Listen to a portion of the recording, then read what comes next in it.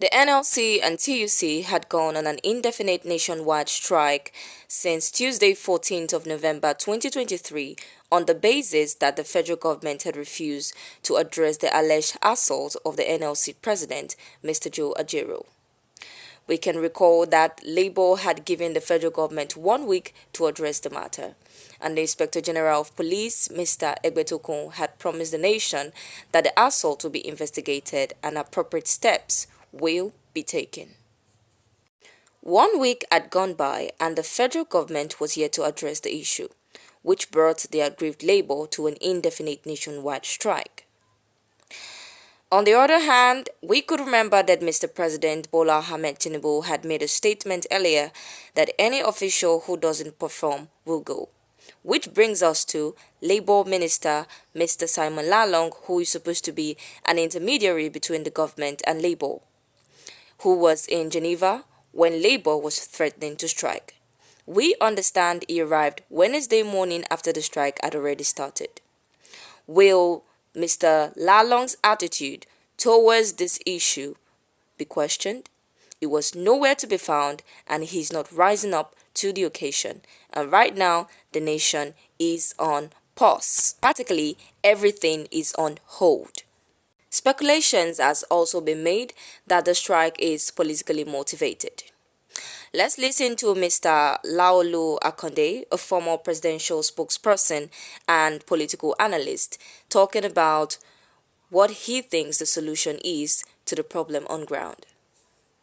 We don't need this strike, and I believe that it can be sorted out, as quickly as possible. I don't see a very big problem here. Mr. Akande, there are those who believe that this is largely political, that there are possibilities. The percentage of political angle to it is huge, and this could, in fact, be behind closed door. People could sit down. This is about ego. This is about some issues that could be trashed out. Without the nation, the whole country, the over 200 million Nigerian people having to suffer. Do you know if the street of Lagos on several streets, trains are shut, buses, those who are down to, I mean, things are just on a standstill. Yeah. Does it make sense? A lot of inconveniences all over the place, to put it very, very mildly. And you did say that, there are insinuations, or buzzes around the fact that this might be political. That's the reason why we have leaders. Our leaders are political leaders, elected political leaders, to solve political problems. So just like you said, where are the Labour ministers? Are they not supposed to be talking to the country right now? Are they not supposed to? Should they even have allowed the strike to start in the first place? It would have been better for the strike not to have taken place. Yeah. But we have to balance it. Like I said, the Labour does have a responsibility. Now, is it entirely right to bring the entire nation on the knees, on our knees because of a local issue? Wouldn't it have been better to localize this thing in Imo? That's for Labour. But for government, starting from the president all the way down, this is something that can be sorted out with a simple phone call.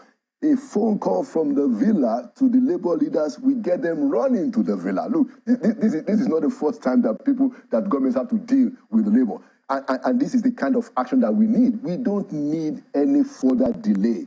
We need the president to get on the ball and sort this thing out. And he can sort it out very, very quickly. This is the way, and I imagine those who are saying that when President Tinubu says, if you don't perform, you go.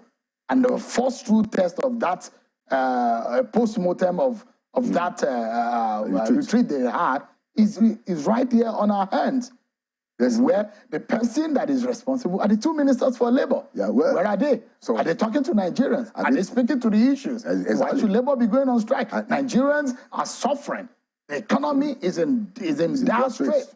Yeah, and they should be talking. The minister should be talking to the Labour, and he should be talking to Nigerians. I understand that the Attorney General has actually gone to court to further emphasize the fact that this there's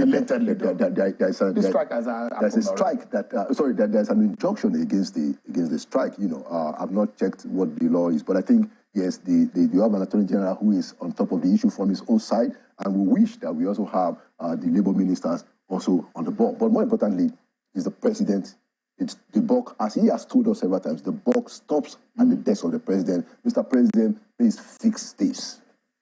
The governor of Imo State, Hope Uzodinma, also agreed to the speculations that the action of the TUC and NLC is politically motivated. Let's hear him. The government of Imo State regret any assault meted on the president of Nigerian Labour Congress, but at the same time condemn in its entirety the attempt by the president of Nigerian Labour Congress to take the leadership of Imo State for granted. He is one of us. He is from this state, elected as president of Nigerian Labour Congress. It should be an advantage to Imo State. I think I deserve that I should be informed, even by him, that he has been elected. Not even one visit, not even one phone call to the governor of the state.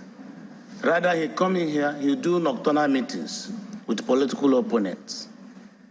That is not acceptable, and government must not be cowed by any non-state actor. Thanks for watching.